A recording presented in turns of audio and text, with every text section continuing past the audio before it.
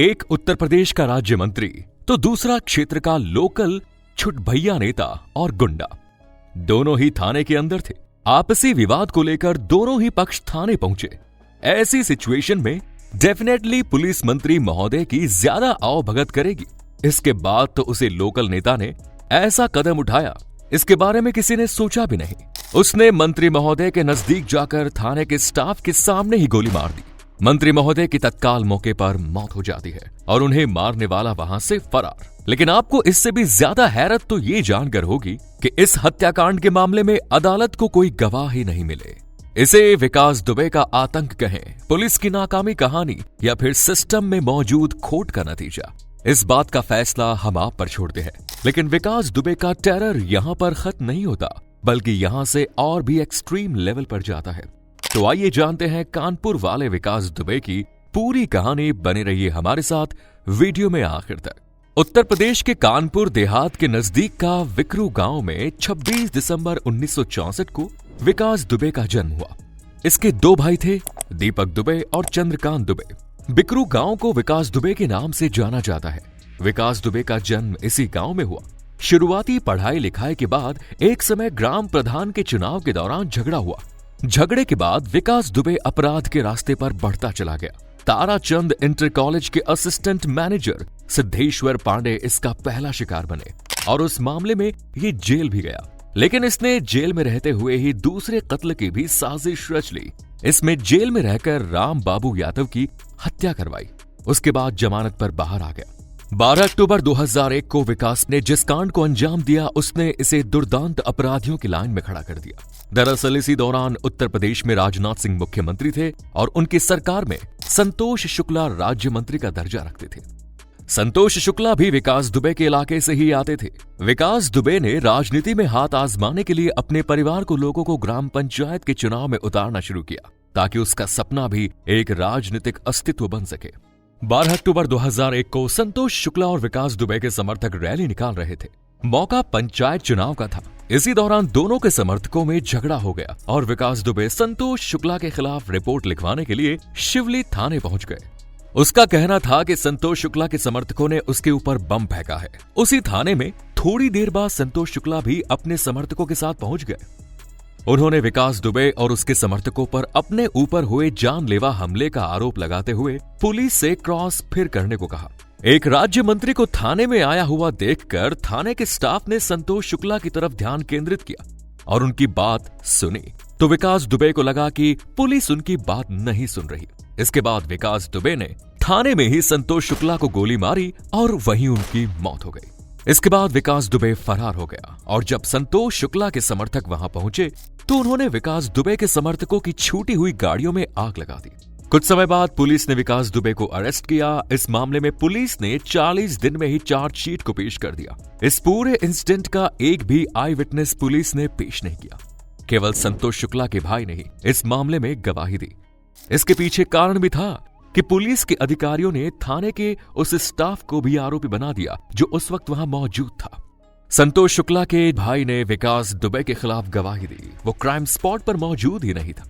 Police ने अपनी chargesheet में लिखा कि विकास दुबे ने 5 मीटर की दूर से संतोष शुक्ला को गोली मारी है, जबकि पोस्टमार्टम रिपोर्ट का कहना था कि बंदूक की नाल सटाकर गोली मारी गई है। विकास दुबे के डिफेंस लॉयर ने यह दलील दी कि मंत्री के आने के बाद हालत बिगड़ने की आशंका से विकास दुबे वहां से चला गया, यानी जिस वक्त हत्या हुई उस समय विकास दुबे वहां मौजूद ही नहीं था। इसका इफेक्ट यह हुआ कि यह मामला कमजोर पड़ गया और विकास दुबे को इस मामले में दोष मुक्त करार कर दिया गया। साल 1990 में विकास दुबे पर हत्या का पहला मामला दर्ज किया गया। जेल में रहते हुए ही इसने साजिश रच के राम बाबू यादव की हत्या करवाई। आगे चलकर इसके अपराधों का सिलसिला बढ़ता चला गया। साल 2001 में इसने जो हरकत की उसने तो प्रशासन को हिलाकर ही रख दिया। जिस दिन इसका एनकाउंटर हुआ 10 जुलाई साल 2020, इसके ऊपर हत्या, लूट, अपहरण, अवैध वसूली, भूमि पर कब्जा करना जैसे संगीन अपराधों में 60 से अधिक मामले दर्ज थे और इसके ऊपर 5 लाख का इनाम भी था। गांव देहात में दूसरे अवैध धंधों के अलावा विकास दुबे का मुख्य काम था दूसरे की जमीन पर कब्जा करना और उसे अपने नाम कर लेना। वो लोगों को डरा धमकाकर उनकी जमीन उनसे लिखवा लेता था। उत्तर प्रदेश के चौबेपुर ब्लॉक में विकरू गांव शिवली थाने के अंतर्गत आता था। राहुल तिवारी नाम के एक व्यक्ति ने थाने में आकर बयान दिया कि विकास दुबे ने उसे और उसके पिता को उठा लिया है, किडनैप करके अपने घर ले गया है। उसके बाद बंधक बनाकर जबरदस्ती कुछ पेपर पर साइन भी करवा लिए। वो पेपर उसकी जमीन के थे। इस तरह विकास दुबे ने जबरदस्ती उसकी जमीन हथियाई। इस शिकायत के आधार पर थाना अध्यक्ष विकास दुबे से पूछताछ करने के लिए उसके घर गए, लेकिन विकास दुबे ने उस पुलिस अधिकारी के कुछ इस तरीके से बेइज्जती की कि कुछ पूछिए ही मत। उसने वर्दी का भी लिहाज नहीं रखा और पुलिस वाले के सवालों का जवाब नहीं दिया, बल्कि उन्हें डराने और धमकाने की कोशिश की। फिर वहां से वापस चलता कर दिया।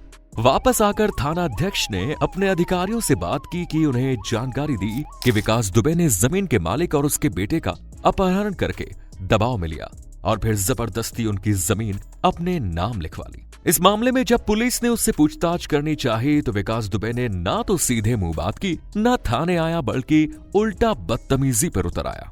विकास दुबे उस समय जमानत पर बाहर था। उसके ऊपर पहले भी कई मामले दर्ज थे। गांव में विकास दुबे का घर जबरदस्त सुरक्षा के बीच बना हुआ था। बाहर की बाउंड्री वॉल काफी ऊंची थी। वो घर किसी किले की तरह बना था। गांव में उसकी मर्जी के बिना पत्ता भी नहीं हिलता था। लोग उसके डर की वजह से उसके खिलाफ बोलते ही नहीं थे। आसपास के जिलों से पुलिस फोर्स बुलाई गई और विकास दुबे के घर पर दबिश देने का प्लान बनाया गया। हालांकि कहा तो ये भी जाता है कि पुलिस विकास दुबे का एनकाउंटर करने के इरादे से गई थी। विकास दुबे को जब पुलिस की प्लानिंग और उसके इरादों की भनक लगी तो उसने वहां से भागने की बजाय पुलिस टीम को सबक सिखाने का प्लान बनाया। उसने अपने तमाम आदमियों को इकट्ठा किया और अपने घर बुलाया। इन लोगों के पास पिस्टल, बंदूकों के अलावा AK-47 राइफल भी थी। प्लानिंग के मुताबिक पुलिस टीम रात के 12 बजे विकास दुबे के घर के लिए थाने से निकली। लगभग 1:30 बजे पुलिस टीम को विकास दुबे के घर पहुंचना था और वो अपने दल बल के साथ वहां पहुंच भी गई। विकास दुबे का घर गांव में ऊंचाई पर था। सड़क से आने जाने वाले लोग नजर आते थे। कुल मिलाकर इन लोगों की पोजीशन उनके फायदे में थी। विकास दुबे और उसके लोगों ने घर की छत पर मोर्चा संभाल लिया और अपने घर की तरफ आने वाले रास्ते पर एक जेसीबी मशीन खड़ी कर दी और रास्ते को ब्लॉक कर दिया। पुलिस की टीम अपनी जीप में जब विकास दुबे के घर की तरफ बढ़ने लगी तो जेसीबी के पास पहुंचकर भी वो ये नहीं समझ पाए कि आगे खतरा हो सकता है और रास्ते को जानबूझकर रोका गया है। पुलिस टीम इस बात से पूरी तरह अनजान थी कि विकास दुबे और उसके आदमियों ने पुलिस पर पूरी ताकत से हमला करने का प्लान बनाया हुआ है। विकास दुबे के द्वारा लगाए गए एम्बुश में पुलिस की टीम फंस गई। जीप को जेसीबी मशीन के पास खड़ा करके पूरी टीम पैदल ही विकास दुबे के घर की तरफ चल पड़ी। विकास दुबे और उसके आदमी अब पुलिस टीम को अपने गन पॉइंट पर ले चुके थे। केवल डॉन का इशारा मिलने की देर थी। विकास दुबे ने अपने आदमियों को इशारा भी किया। अचानक पुलिस पार्टी पर गोलियां चलने लगी।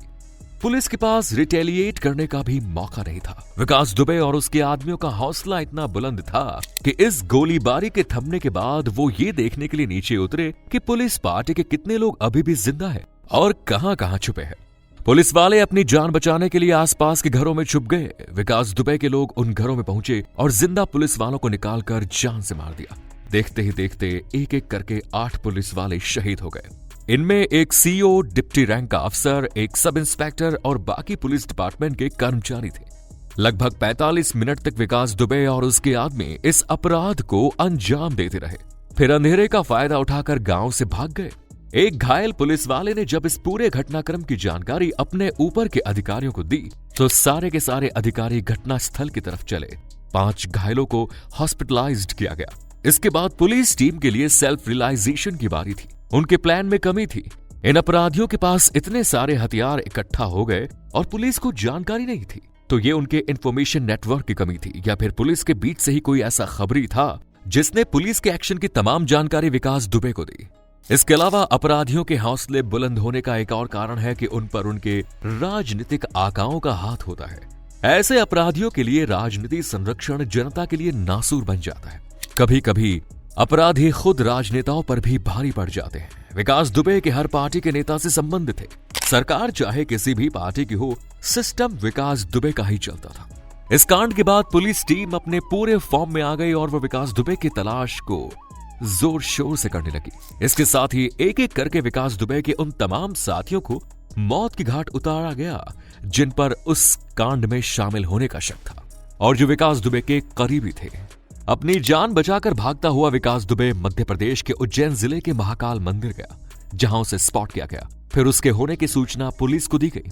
लोकल पुलिस ने उसे गिरफ्तार किया और यूपी की पुलिस उसे अरेस्ट करके ले जाने लगी। लेकिन यूपी पुलिस की थियरी के मुताबिक रास्ते में उसने भागने की कोशिश की और 10 जुलाई 2020 को पुलिस ने उसे एनकाउंटर में मार दिया। तो ये थी विकास दुबे की पूरी कहानी। कैसी लगी आपको कमेंट्स में जरूर बताएं कि आखिर विकास दुबे के जुर्म और राजनीति में इतना सफल होने के पीछे आखिर कारण क्या था। चैनल को सब्सक्राइब जरूर करें। मिलते हैं नेक्स्ट वीडियो में। Bye bye and take care. जय हिंद।